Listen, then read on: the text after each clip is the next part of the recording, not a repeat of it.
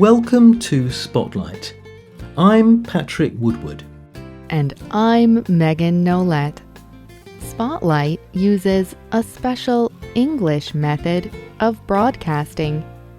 It is easier for people to understand, no matter where in the world they live.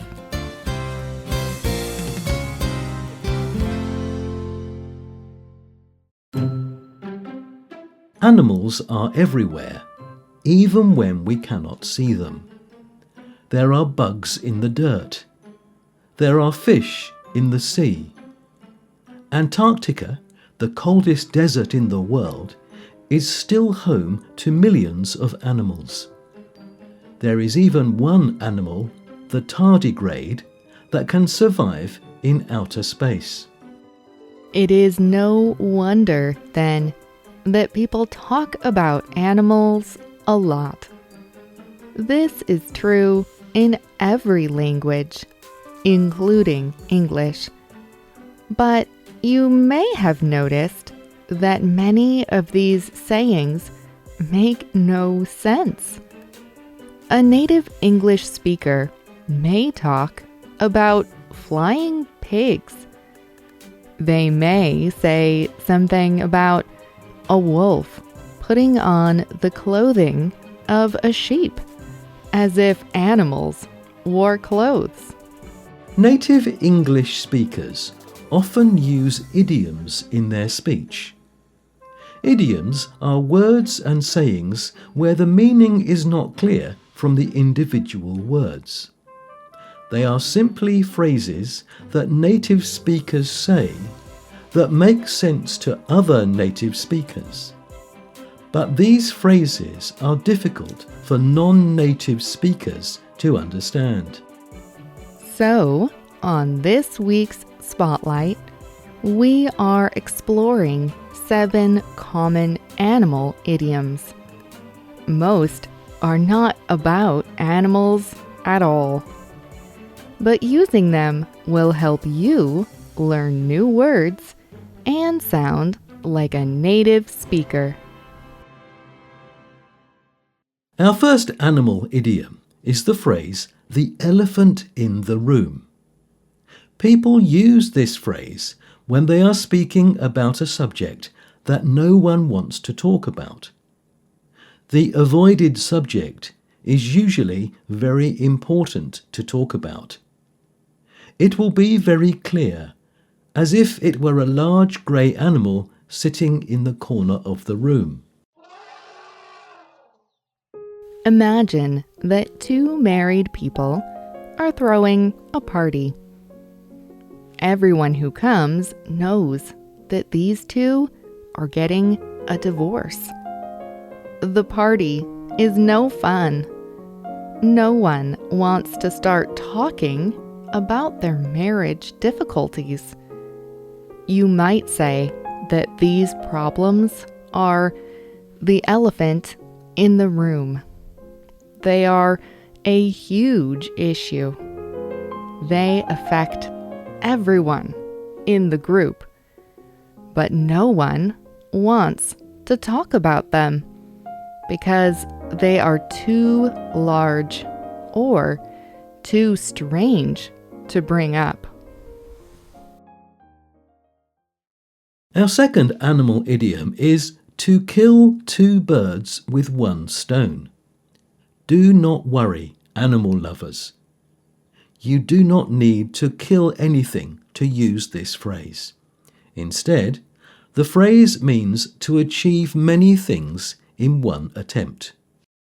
Imagine that a woman needs to visit her sister. It is her sister's birthday. But the woman also owes her sister money. She can celebrate the birthday and pay the money back in one trip. So she might say that she is killing 2 birds with 1 stone by going. A third animal idiom is a wolf in sheep's clothing. No wolves fierce creatures like a wild dog or sheep are involved in this idiom. Instead, the phrase means that a person appears gentle but is not. This phrase first appeared in the Christian Bible. This holy book often compares sheep to innocent people. A wolf will hunt sheep, but a sheep can sometimes tell when a wolf is coming. It can run away from the wolf, but if a wolf could make itself look like a sheep, the animal would not recognize its hunter. The wolf could kill and eat the sheep easily. Someone who is a wolf in sheep's clothing is similar.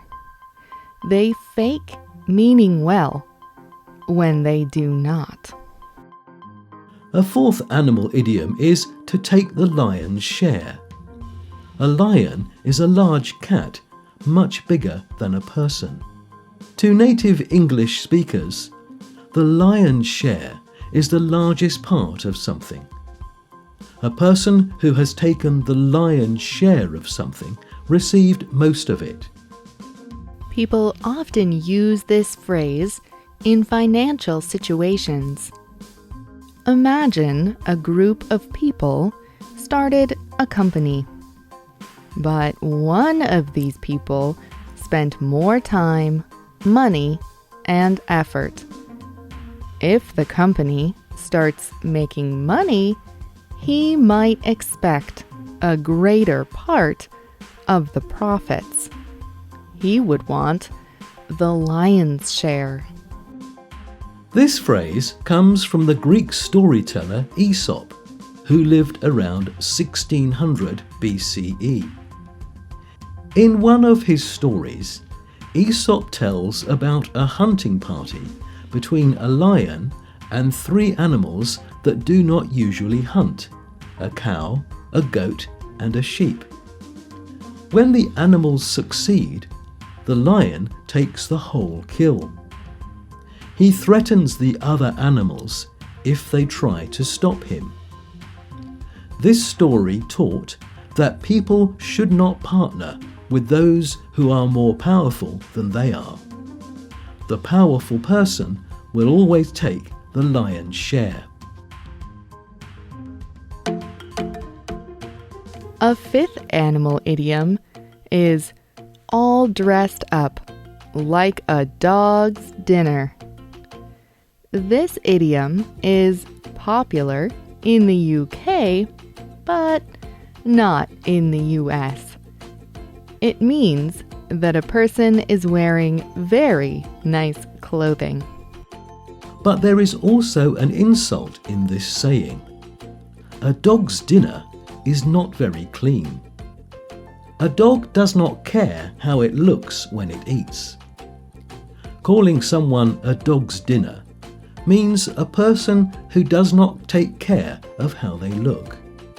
So, a person who is dressed up like a dog's dinner is presenting themselves differently than normal. They may even seem a bit foolish. A sixth animal idiom is the saying, "When pigs fly." Do not worry. These large, four-legged animals have not learned to leave the ground. Instead, a person who uses this saying means they will never do something. They may also be saying that an event will never happen. Imagine that a woman is afraid of airplane travel. Her son lives across the world. He wishes that she would come visit him. But he does not believe that his mother will ever find the courage. He may tell his friends that she will visit him when pigs fly. No pig can fly on its own. So he is telling his friends that he does not believe it is possible. Our seventh and final animal idiom is a fish out of water.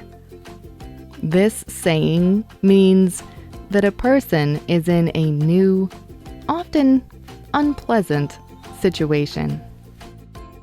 For example, imagine a young boy is starting a new sport. He has never trained and knows very little about it. The only reason he is playing is because his friends do.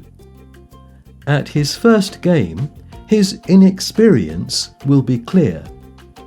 People watching may say that he looks like a fish out of water. This saying is so widespread in English that it is the name of a kind of story.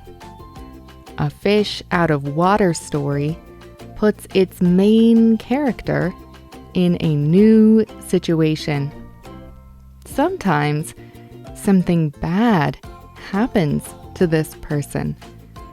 Maybe they go to another world or their business fails. But often, fish out of water stories are funny. They put a character in humorous situations. There are almost as many animal idioms in English as there are animals on the earth. But these are some of the most common. Using them might not help you talk about animals themselves, but these sayings will help you sound more like a native speaker. Practice them as much as you can and use them with your friends. Do you have any interesting animal idioms in your language? What are they? You can leave a comment on our website at www.spotlightenglish.com. You can also find us on YouTube, Facebook, Instagram, and X. You can also get our programs delivered directly to your Android or Apple device through our free, official Spotlight English app. The writer of this program was Dan Christman. The producer was Michio Ozaki. The voices you heard were from the United Kingdom and the United States. All quotes were adapted for this program and voiced by Spotlight. This program is called English Idioms Animals. We hope you can join us again for the next Spotlight program. Goodbye.